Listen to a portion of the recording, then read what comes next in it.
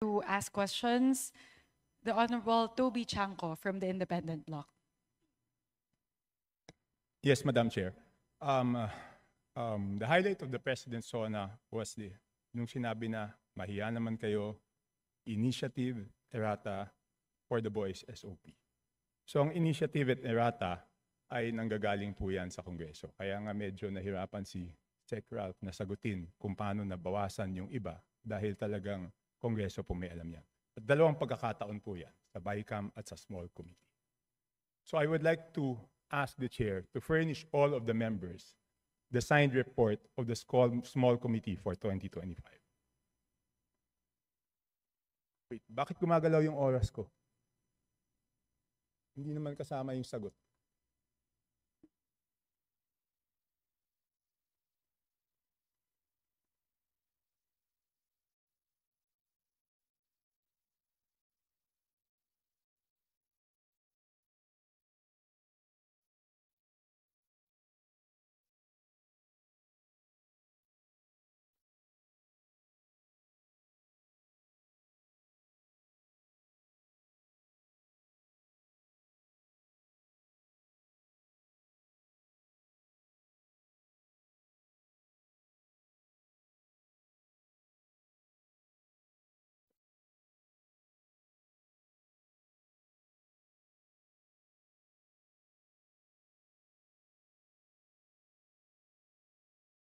Thank you very much, Representative Chanco. The request will be put under consideration and we will let you know if it's possible to... No.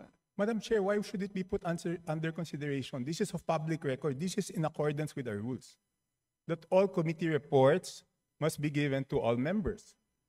And that shouldn't be taken against my time because you're telling me that, teka, balik natin yung oras ko kasi sinasabi na that will be taken into consideration. It should not be taken into consideration. Madam Chair, allow me to read this, no? Declaration of Principles and Policies. Section number 2 of our rules. Public office is a public trust. The House of Representatives and every member thereof are accountable to the people at all times. I will not read the ending portion. Number 3, efficient and effective access to and dissemination of appropriate and accurate information are imperative in lawmaking. So why should it be taken into consideration, Madam Chair?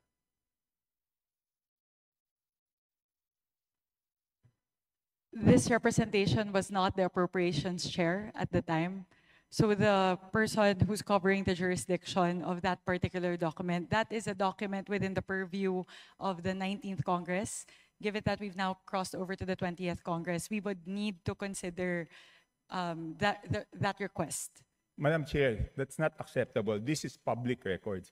Pareho pa naman yung COMSEC natin. At yan dapat linalagay sa archives.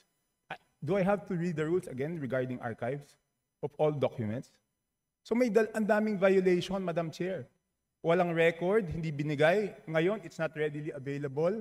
Walang record sa archives. Ano to, sikreto? Again, this representation was not the appropriations chair. Let's ask the committee secretary, where are the signed records of the 2025 small committee report?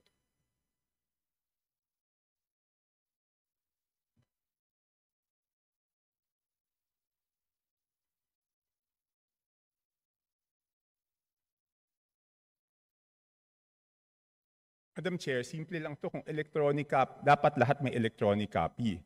So dapat i-email sa amin lahat within 5 minutes, di ba?